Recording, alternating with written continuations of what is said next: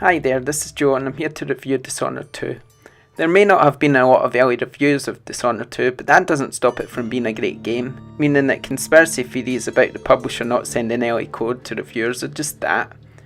I was a big fan of the original Dishonored, although my memories of it are a bit hazy. I didn't bother playing the remastered version on PS4 mainly as I didn't want to spoil my memory of it.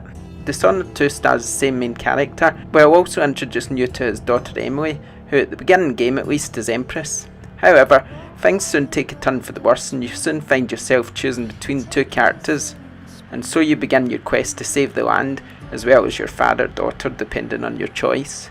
Both Emily and Corvo eventually gain supernatural abilities through the use of runes, although it's up to you how to choose to assign these runes, or even if you want to use them at all.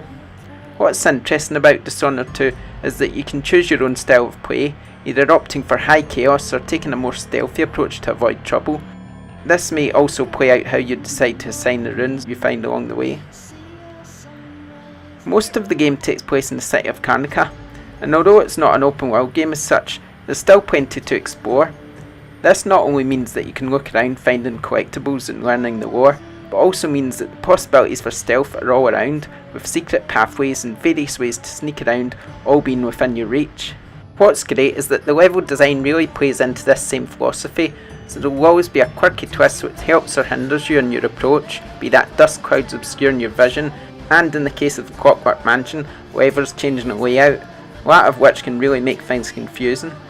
It all makes for both a challenging and tension-filled stealth game. Powers certainly play a large part in the game, and what's more, are different for both Emily and Corvo.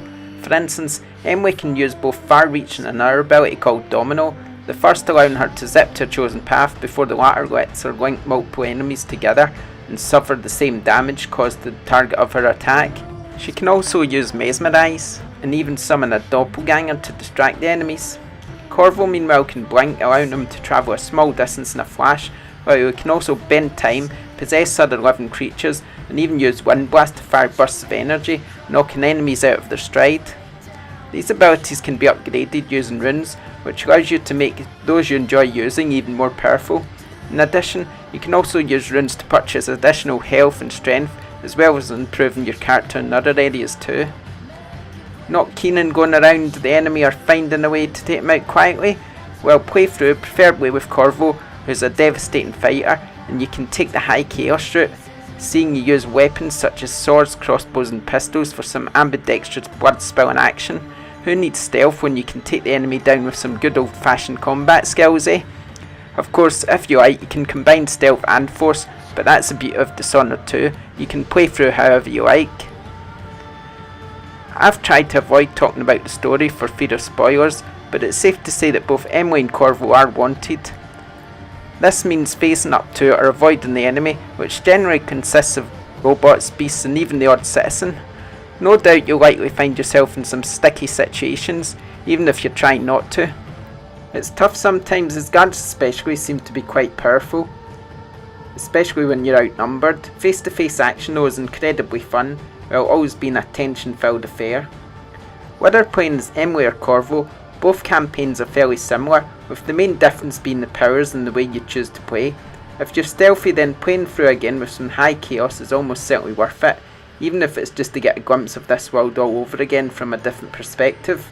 When it comes to presentation, it's hard to argue with what's on offer here. Dishonored 2 looks and plays wonderfully on the PS4 Pro. The town's environments are detailed and the character design tends to avoid the uncanny valley feel of many action games. The action is also very smooth thanks to what feels like a very consistent frame rate, although whether this is the case for our systems remains to be seen. Dishonored 2 is a worthy sequel to Arcane's PS3 classic. A lot of effort has gone in to make sure this game is more than a continuation of the first in the series, and that really shows. With plenty of customization and many ways to play, you'll be sure to be getting your money's worth with this game. This has been Joe, thanks for joining us for this review. Please remember to like and subscribe, and we'll see you next time. Thanks for now, bye.